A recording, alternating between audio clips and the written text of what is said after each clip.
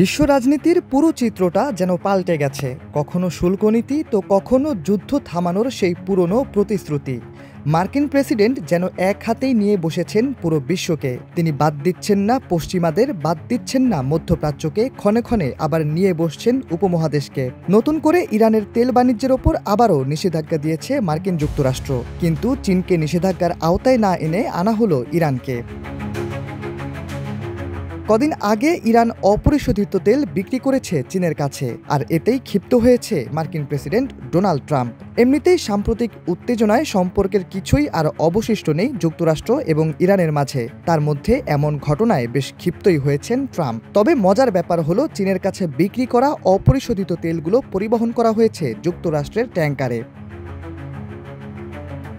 ২১ August মার্কিন পররাষ্ট্র দপ্তর থেকে বলা হয়, চীন ভিত্তিক দুটি অপরিশোধিত তেল এবং পেট্রোলিয়াম পণ্য টার্মিনাল অপারেটরের ওপর নিষেধাজ্ঞা দেওয়া হয়েছে। তার কারণ, তারা যুক্তরাষ্ট্রের মনোনীত একাধিক ট্যাঙ্কারে লাখ লাখ ব্যারেল ইরানি অপরিশোধিত তেল আমদানি করেছে।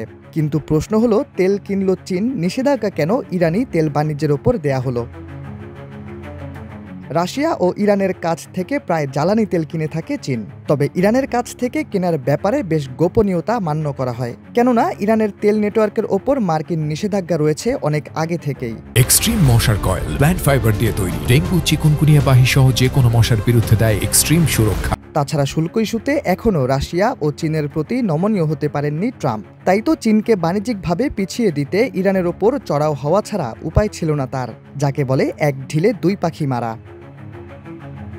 ভূরাজনৈতিক বিশ্লেষকরা বলছেন, ইরানের তেল বাণিজ্যের ওপর নিষেধাজ্ঞা আরোপ করে দুদিক দিয়ে লাভবান হচ্ছে যুক্তরাষ্ট্র। একে তো ইরানের সাথে বাণিজ্য সম্পর্ক স্থাপন করা দেশগুলো পড়বে বিপাকে, অন্যদিকে তেল রপ্তানিতেও পিছিয়ে পড়বে ইরান, কারণ দেশটির জাহাজ নেটওয়ার্ক থেকে যা আয় হয় তার বেশিরভাগ ব্যয় হয় প্রতিরক্ষা কাজে। এর পাশাপাশি ইরান সম্প্রতি সামরিক শক্তি প্রদর্শন করছে, যা দুশ্চিন্তার কারণ হয়ে দাঁড়িয়েছে যুক্তরাষ্ট্রের জন্য। তবে কে জানতো চীনের কাছে বিক্রি হওয়া সেই অপরিশোধিত তেল পরিবহন করা হবে যুক্তরাষ্ট্রের ট্যাঙ্কারে। গত ১ আগস্ট যুক্তরাষ্ট্রের ট্রেজারি বিভাগ নিষেধাজ্ঞা আরোপ করে ইরানের জাহাজ নেটওয়ার্কের ওপর। শতাধিকের বেশি নিষেধাজ্ঞা পাওয়া ব্যক্তির মধ্যে রয়েছেন তেহরানের সামরিক বিভাগের সাথে জড়িত মোহাম্মদ হোসেইন খামসানি।